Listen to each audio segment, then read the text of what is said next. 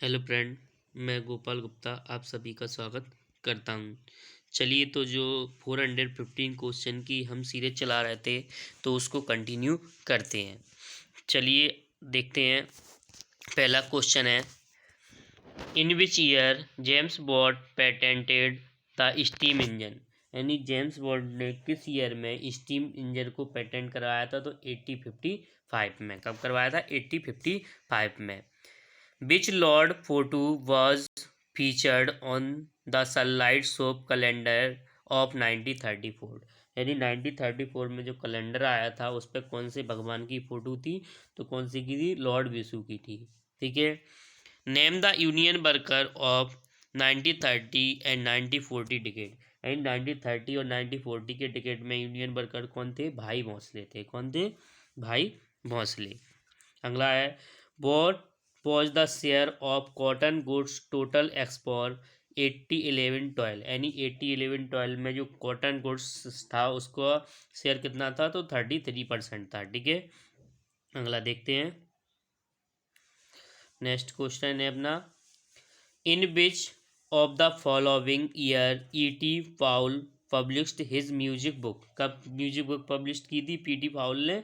तो कब की थी? 1900 में। In which decade earliest factory come upon England. यानी इंग्लैंड में कब आई थी? 1730 में। When did first cotton mill setup in Bombay. यानी फर्स्ट कॉटन मिल बॉम्बे में कब सेटअप हुई थी? 1854 में। चलिए अगला देखते हैं। When did the image of two magician publics in land printer. यानी 26 जनवरी 1901 को। अगला देखते हैं। अगला देखते हैं, Both types of image printed of M. Custer level important clause 20th century. कौन सी थी? Indian ditties. ठीक है। When did second jute mill setup. यानी सेकेंड जूट मिल जो सेटअप हुई थी वो कहाँ हुई थी? तो कहाँ हुई थी? कब हुई थी? 1862 में। Which god photo featured was Griff water calendar 1928। Griff water पे कौन सी थी? बाल कृष्णा की थी। ग्रिफ वाटर पे बाल कृष्णा की थी। ठीक है। चलिए अगला देखते हैं।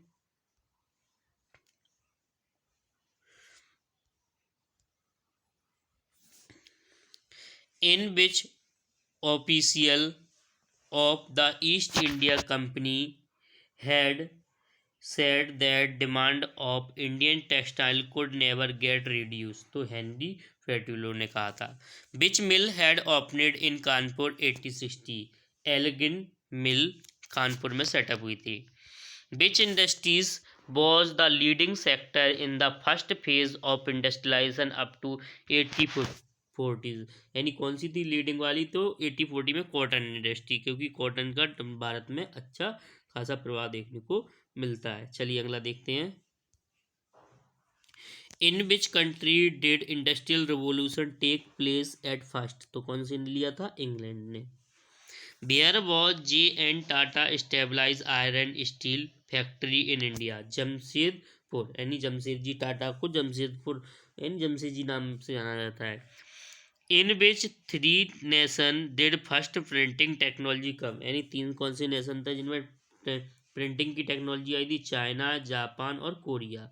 चाइना, जापान और कोरिया में प्रिंटिंग की पहले टेक्नोलॉजी आई थी। चलिए अगला देखते हैं। Ban ban was the oldest book Japan diamond सूत्र पब्लिश्ड। यानी सबसे पहले जो डायमंड सूत्र पब्लिश हुई थी वो कब हुई थी?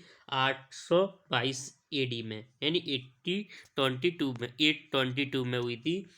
ठीक है। Print is ultimate gift of God and the greatest one who said this statement. यानी प्रिंट है जो भगवान का उपहार है, यह किसने कहा था? मार्टिन लूथर ने कहा था। किसने कहा था? मार्टिन लूथर, जो रिलीजियस रिफॉर्मर भी थे। क्या थे? Religious reformer. In which century did the journal begin to publish? किस सेंचुरी में हुआ था? इन 18th सेंचुरी में। Who is called the father of press? यानी फादर ऑफ प्रेस किसको कहा जाता है? हिक्की को कहा जाता है। किसको कहा जाता है? फादर ऑफ प्रेस हिक्की को कहा जाता है। हिक्की को भारत में फादर ऑफ प्रेस कहा जाता है। चलिए अगला देखते हैं। Which was the first books publics Gutenberg 4048 AD? कौन सी की थी? बाइबल की थी। Two Persian newspapers Jam e Jahan and समदुली अकबर वर पब्लिश्ड इन 1822 में। How many printed copied come in markets of 16th century Europe? मैंने 200 मिलियंस। ठीक है। When was vernacular press act enacted 1878। Vernacular act कब हुआ था? 1878 में हुआ था। चलिए अगला देखते हैं। In which country was press stabilise 1857 print children books? यानी बच्चों के लिए जो बुक्स लाए थे 1856 में कौन लाया था? फ्रांस लेके आया था। Who published Kesari newspaper? यानी जो केसरी न्यूज़पेपर था वो बाल गंगाधर द्वारा पब्लिश किया गया था। द ऑटोबायोग्राफी अमर जीवन पब्लिश्ड 1876 रिटन बाय रास सुंदरी देवी, यानी राज सुंदरी देवी के द्वारा लिखा गया था। Who was Martin Luther? Martin Luther कौन थे? रिलीजियस रिफॉर्मर थे, अभी हमने बताया था आपको। चलिए अगला देखते हैं। हु स्टार्टेड पब्लिकेशन संवाद कामुदनी 1821? यानी राजा राम मोहन राय ने किया था, जो सती प्रथा के विरोध करते थे। ठीक है। In which century did Europe make long jump in direction literacy rate? यानी कौन सी सेंचुरी में यूरोप ने लॉन्ग जंप कर लिया लिटरेसी रेट में? तो ये कब कर लिया था? 98th सेंचुरी में। When and where was first printing edition of Ramcharitmanas of Tulsidas? Ramcharitmanas का तुलसीदास कब प्रकाशित हुआ था और कहाँ हुआ था? 1810 यानी 1810 में हुआ था, फ्रॉम कोलकाता में हुआ था। ठीक है। 1810 में कोलकाता में हुआ था। चलिए अगला देखते हैं। Who made the power round cylindrical press? Richard Hoe. Who was Martin Luther? तो हमने बताया था रिलीजियस रिफॉर्मर थे।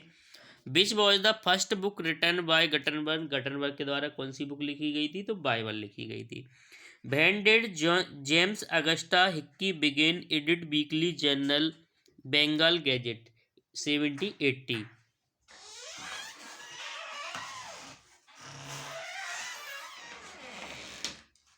In which country children press devoted literature clone setup 1856? France में।